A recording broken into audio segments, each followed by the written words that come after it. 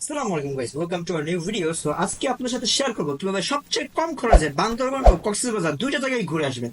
ঢাকা থেকে রাত 11টার ট্রেন তুনা এক্সপ্রেসে চলে আসছিলাম চট্টগ্রামে। জনপ্রতি ভাড়া পড়েছিল মাত্র 415 টাকা। সারা রাত উনো আর আড্ডা দিতে দিতে ভোর 5টা 15-তে পৌঁছে গিয়েছিলাম চট্টগ্রাম। চট্টগ্রাম থেকে জনপ্রতি 165 টাকা করে ভাড়ায় সৈকত এক্সপ্রেসে আমরা চলে গেছিলাম চকরিয়া পর্যন্ত। আপনাদেরকে একটা সিক্রেট বলি, আপনারা বাইরে থেকে টিকিট কাটবেন না, ট্রেনে উঠে পড়বেন, টিটি আসলে টাকা দিবেন, ভাড়া কম পড়বে, আর না আসলে তো ফ্রি। স্টেশন থেকে আপনাদেরকে চকরিয়া বাস স্ট্যান্ড চলে যেতে হবে অটো দিয়ে, আর জনপ্রতি ভাড়া পড়বে 15 থেকে 20 টাকা। চকরিয়া বাস স্ট্যান্ডে এসে আমরা আমাদের জীবনের সবচেয়ে জঘন্য বাজে নাস্তাটা করে নিই, যেটা দামে ছিল অনেক বেশি কিন্তু মানে ছিল অনেক খারাপ। সেখান থেকে মিরিঞ্জা পাড়া যেতে হলে আপনাদেরকে বাসে যেতে হবে জনপ্রতি 70 টাকা করে, অথবা সাত সহ চান্দের গাড়ি যেটাতে জনপ্রতি 8 টাকা।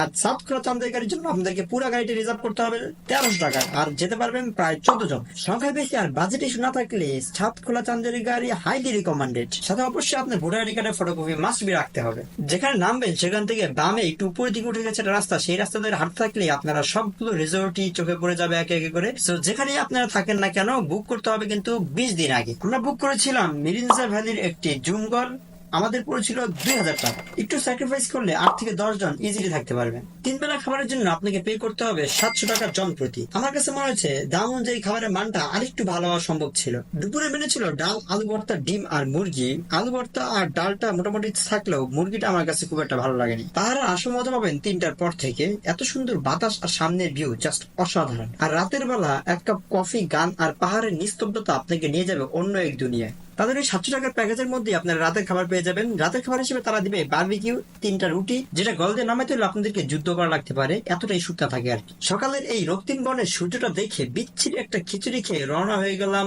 চকরিয়ার উদ্দেশ্যে। জনপ্রতি বাসে গেলে 70 টাকা, আর যদি সাত চান্দের গাড়ি যেতে যান তাহলে 1000 বা 900 টাকায় পেয়ে যাবেন, যদি একটু দামাদামি করতে পারে। তারপর জনপ্রতি 80 টাকা নন এসি বাসে চলে আসবেন ডলফিন মোড়ে। ভুলেও সেখানে দাঁড়িয়ে থাকা শ্যামলি বাসে উঠবেন না, ঢাকা থেকে ছেড়ে আসা বাসগুলোতে উঠবেন। সেটা আপনাকে 1.5 থেকে 2 ঘন্টার মধ্যে নামিয়ে দিবে ডলফিন মোড়ে। সেখান থেকে আপনারা লাবণী, সুগন্ধা সহ আশেপাশে কলাতলি বিচ গুলোতে ঘুরতে পারেন। যদি আমাদের মতো ট্রেনে আসতে চান তাহলে পর্যটক এক্সপ্রেস এর টিকিট 10 দিন আগে থেকে কেটে রাখতে হবে। জনপ্রতি ভাড়া পড়বে 715 টাকা। আর যদি বাসে আসতে চান তাহলে যে কোনো সময় বাস পেয়ে যাবেন সেখান থেকে।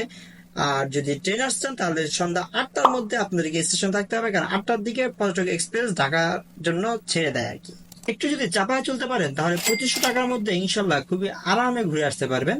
এই ট্যুরে আমাদের ফেস করা কিছু বাজে অভিজ্ঞতা আর কিছু সিন্ডিকেট সম্পর্কে জানতে আমাদের ফুল ভিডিও দেখে আসতে পারেন। সো গাইস, আমাদের ফুল ভিডিও দেখার আমন্ত্রণ জানিয়ে আজকের মতো এখানেই সমাপ্ত করব। ভালো থাকবেন, সুস্থ থাকবেন, দেখা হবে নেক্সট কোনো ভিডিওতে। আল্লাহ হাফেজ গাইস।